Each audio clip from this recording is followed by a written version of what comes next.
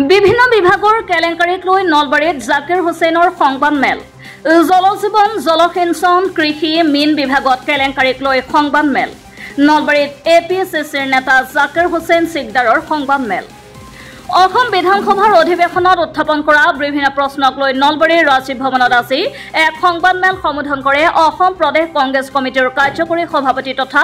বিধায়ক জাকিৰ হুছেইন চিকদাৰে। 2003 চনৰ যে BTC চুক্তি হৈছিল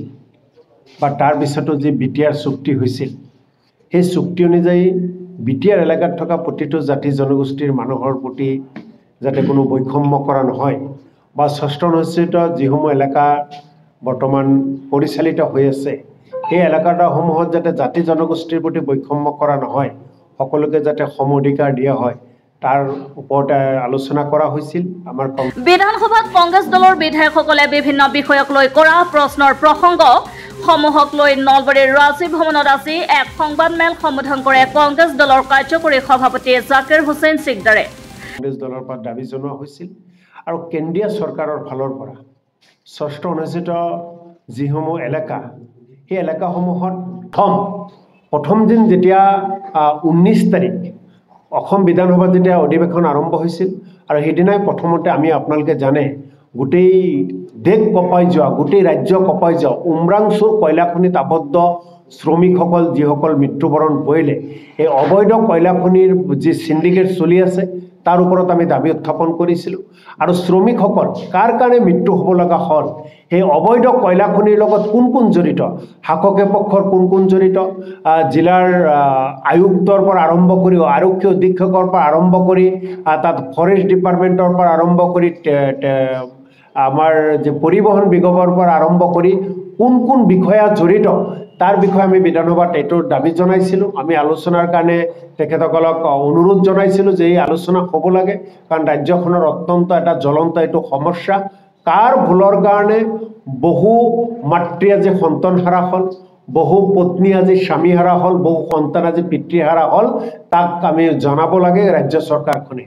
সংবাদমেলত জলজীৱন মিছন, জলসিঞ্চন বিভাগ, কৃষি বিভাগ, মীন বিভাগত বিভিন্ন কেলেংকাৰী সন্দৰ্ভত বিধানসভাত কংগ্ৰেছ দলৰ পৰা উত্থাপন কৰা প্ৰসংগসমূহ চৰকাৰে এৰাই চলাৰ কথা সংবাদমেলত সদৰি কৰে জাকিৰ হুছেইন চিকদাৰে। দেশ কঁপাই যোৱা, গোটেই ৰাজ্য কঁপাই যোৱা উমৰাংচুৰ কয়লাখনিত আবদ্ধ শ্ৰমিকসকল যিসকল মৃত্যুবৰণ কৰিলে, এই অবৈধ কয়লাখনিৰ যি সিন্ডিকেট চলি আছে তাৰ ওপৰত আমি দাবী উত্থাপন কৰিছিলোঁ। আৰু শ্ৰমিকসকল কাৰ কাৰণে মৃত্যু হ'ব লগা হ'ল, সেই অবৈধ কয়লাখনিৰ লগত কোন কোন জড়িত, শাসকে পক্ষৰ কোন কোন জড়িত, জিলাৰ আয়ুক্তৰ পৰা আৰম্ভ কৰি আৰক্ষী অধীক্ষকৰ পৰা আৰম্ভ কৰি তাত ফৰেষ্ট ডিপাৰ্টমেণ্টৰ পৰা আৰম্ভ কৰি আমাৰ যে পৰিবহণ বিভাগৰ পৰা আৰম্ভ কৰি কোন কোন বিষয়া জড়িত, তাৰ বিষয়ে আমি বিধানসভাত এইটো দাবী জনাইছিলোঁ। আমি আলোচনাৰ কাৰণে তেখেতসকলক অনুৰোধ জনাইছিলোঁ যে এই আলোচনা হ'ব লাগে, কাৰণ চলি আছে। আৰু তাৰ পৰা সেই যিটো আমাৰ পাৰ্বত্য আশীটা যিসমূহ এলেকা, সেই এলেকাত যিসমূহ ক্ষমতাধাৰী ব্যক্তি,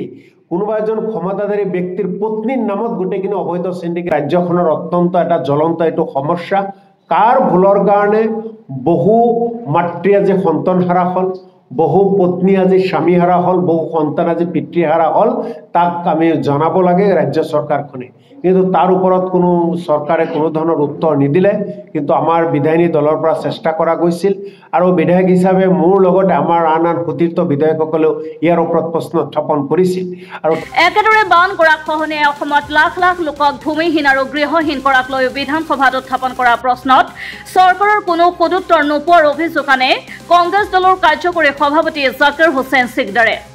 ইফালে মন্ত্ৰী যন্ত্ৰমলা বৰুৱাৰ নিজৰ গৃহ জিলাতে জলজীৱন মিছনত ব্যাপক কেলেংকাৰীৰ অভিযোগ আনি নলবাৰী জিলাতো ঘৰে ঘৰে নল প্ৰদান কৰি আজিলৈ পানী দিব নোৱাৰাৰ গুৰুতৰ অভিযোগ আনে কংগ্ৰেছ নেতাগৰাকীয়ে। সেই এলেকাসমূহত যিখিনি ধন আবণ্টন দিব লাগে, সেই ধন আবণ্টনৰ ক্ষেত্ৰত পূৰ্বতকৈ বৰ্তমান কমকৈ ধন দিয়া গৈছে। কথাত তেওঁলোকে ধন দিয়া বুলি কয়, কিন্তু কাৰ্যক্ষেত্ৰত সেইখিনি ধন নিদিয়ে। এইবোৰ অভিযোগ বিধানসভাত উত্থাপন কৰাত চৰকাৰৰ বিভাগীয় মন্ত্ৰীজনে 100% পানী যোগান সম্পূৰ্ণ কৰা বুলিও এক মিছা তথ্য দিয়াৰ অভিযোগ কৰে জাকিৰ হুছেইন চিকদাৰে। স্বাস্থ্য ক্ষেত্ৰত আমূল পৰিৱৰ্তনৰ শ্লোগান বজোৱা চৰকাৰে মানুহৰ জীৱনক লৈ হেতালি খেলাৰ অভিযোগ আনিছে কংগ্ৰেছ নেতা জাকিৰ হুছেইন চিকদাৰে। চলি আছে আৰু তাৰ পৰা সেই যেটো আমাৰ পাৰ্বত্য আখিটা যিসমূহ এলেকা সেই এলেকাত যিসমূহ ক্ষমতাধাৰী ব্যক্তি কোনোবা এজন ক্ষমতাধাৰী ব্যক্তিৰ পত্নীৰ নামত গোটেইখিনি অবৈধ সিন্ডিকেট চলি আছে তাক আমি বিধানসভাত পোহৰলৈ আনিছিলো কিন্তু ৰাজ্য চৰকাৰখনে কোনো ব্যৱস্থা নকৰিলে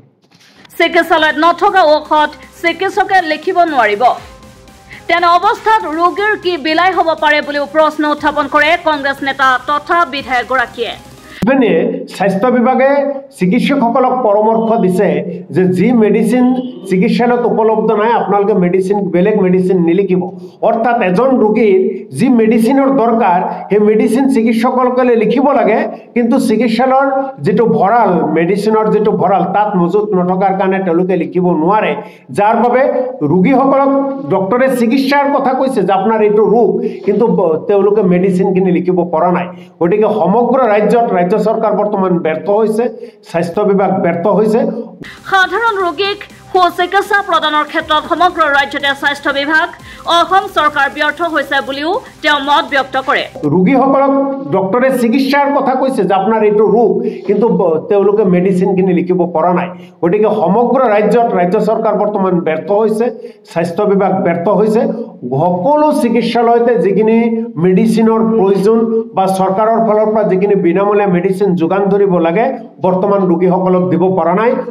নিৰ্বাচনৰ পূৰ্বে কেন্দ্ৰ তথা ৰাজ্য চৰকাৰে কৃষকসকলক দিয়া প্ৰতিশ্ৰুতি পালন নকৰাৰ অভিযোগ আনি কংগ্ৰেছ নেতাগৰাকীয়ে প্ৰকৃত কৃষকে চৰকাৰে বীজ সাৰ নোপোৱাৰ কথা উল্লেখ কৰে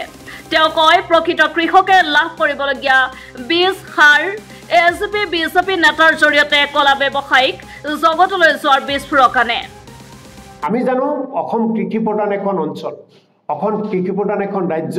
আৰু কেন্দ্ৰীয় আৰু ৰাজ্য চৰকাৰে প্ৰধানমন্ত্ৰী নৰেন্দ্ৰ মোদী ডাঙৰীয়াৰ লগতে অসমৰ মুখ্যমন্ত্ৰী হিমন্ত বিশ্ব শৰ্মাই সদায় এটা কথাই কয় বা বিজেপি সদায় এটাই কয় যে আমি কৃষকৰ আয় দুগুণ কৃষকৰ আয় আমি দুগুণ কৰিম কৃষকৰ ব্যৱস্থা কৰিব লাগে কিন্তু আমি পৰ্যবেক্ষণ কৰি দেখিছিলো বা ৰাজ্য চৰকাৰখনে যিখিনি আমাৰ প্ৰশ্নত উত্তৰ দিছিল তাত আমি দেখিছিলো শতকৰা 95% বীজ আপুনি অন্ধ্ৰপ্ৰদেশ পশ্চিমবংগ মহাৰাষ্ট্ৰৰ পৰা আহে আৰু আমাৰ কৃষকসকলে বাহিৰৰ পৰা বীজসমূহ ক্ৰয় কৰে আৰু সেই বীজসমূহ আমি যদি দেখো যোৱা বিত্তীয় বৰ্ষতকৈ এইবাৰ বিত্তীয় বৰ্ষত প্ৰতিটো বীজৰ আপুনি 100 গ্ৰামৰ পৰা 1 কিলোৰ পৰা 1 কুইণ্টেল যদি আমি দেখো প্ৰতি বিধে কমসে কম 200-300 টকাকৈ বৃদ্ধি পাইছে 20 টকা 30 টকাকৈ গ্ৰামত বৃদ্ধি পাইছে যাৰ কাৰণে আমাৰ ৰাজ্যৰ কৃষকসকল যথেষ্ট আজি কষ্ট খাবলগীয়া হৈছে এপিএসসি কেলেংকাৰীক লৈ বিপ্লৱ শৰ্মা আয়োগে দিয়া প্ৰতিবেদনত শাসকীয় পক্ষৰ কোনো লোককে তদন্তৰ আওতালৈ ননা কাৰ্যত আশ্চৰ্য প্ৰকাশ কৰে বিৰোধী দলৰ বিধায়কগৰাকীয়ে অৰ্থাৎ এপিএসসি কেলেংকাৰীৰ যি প্ৰতিবেদন দিয়া গৈছে এই প্ৰতিবেদন কৰবাত না কৰবাত শাসকীয় পক্ষৰ প্ৰতি অলপ দৰদ আছে বুলি আমি পবিত্ৰ বিধানসভাত উল্লেখ কৰিছিলো আৰু এই কথাখিনি আপোনালোকেও জানে অবৈধ কয়লা খনিৰ বাবে কোন কোন জড়িত বন বিভাগ পৰিবহণ বিভাগ আৰক্ষীৰ কোন কোন বিষয়া এই অবৈধ কয়লা খনিত জড়িত কাৰ ভুলৰ বাবে মাতৃৰ বুকু ফুটা হ'ল কাৰ ভুলৰ বাবে পত্নীৰ শিৰৰ সেন্দুৰ মুছ খাই গ'ল সেই সন্দৰ্ভত বিধানসভাত বিৰোধী বিধায়কসকলে প্ৰশ্ন উত্থাপন কৰি উত্তৰ বিচাৰিছিল যদিও চৰকাৰে এই প্ৰশ্নৰ উত্তৰ নিদিয়া বুলি অভিযোগ আনে জাকিৰ হুছেইন সিকদাৰে হাৰা হল বহু সন্তান আজি পিতৃহাৰা হল তাক আমি জনাব লাগে ৰাজ্য চৰকাৰখনে কিন্তু তাৰ ওপৰত কোনো চৰকাৰে কোনো ধৰণৰ উত্তৰ নিদিলে কিন্তু আমাৰ বিধায়িনী দলৰ পৰা চেষ্টা কৰা গৈছিল আৰু বিধায়ক হিচাপে মোৰ লগতে আমাৰ আন সতীৰ্থ বিধায়কসকলেও ইয়াৰ ওপৰত প্ৰশ্ন উত্থাপন কৰিছিল আৰু তাৰ দ্বাৰা এটা কথা স্পষ্ট হৈছে যে ৰাজ্যখনত অবৈধ কয়লা সিন্ডিকেট চলি আছে আৰু উমৰাংচু এলেকাত যেহেতু মই নিজেও যেতিয়া ঘটনা সংঘটিত হৈছিল অসম প্ৰদেশ কংগ্ৰেছ কমিটিৰ এটা দলৰ লগত মই গৈছিল আৰু তাত দেখিছিল ৰেড হোল মাইনিং যে আমাৰ মাননীয় সুপ্ৰিম কোৰ্টৰ পৰা বন্ধ কৰি দিছে তাৰ পিছত উমৰাংচু আজিৰ সংবাদমেলত কংগ্ৰেছ নেতাগৰাকীক সংগ দিয়ে জিলা কংগ্ৰেছৰ সভাপতি ৰাতুল পাটোৱাৰী অসম প্ৰদেশ কংগ্ৰেছ কমিটিৰ যুটীয়া সম্পাদক দিব্যজ্যোতি হালৈ প্ৰাক্তন বিধায়ক অশোক শৰ্মা কংগ্ৰেছ নেতা উদ্দীপন পাটোৱাৰীকে ধৰি বিভিন্নজন নেতা কৰ্মীয়ে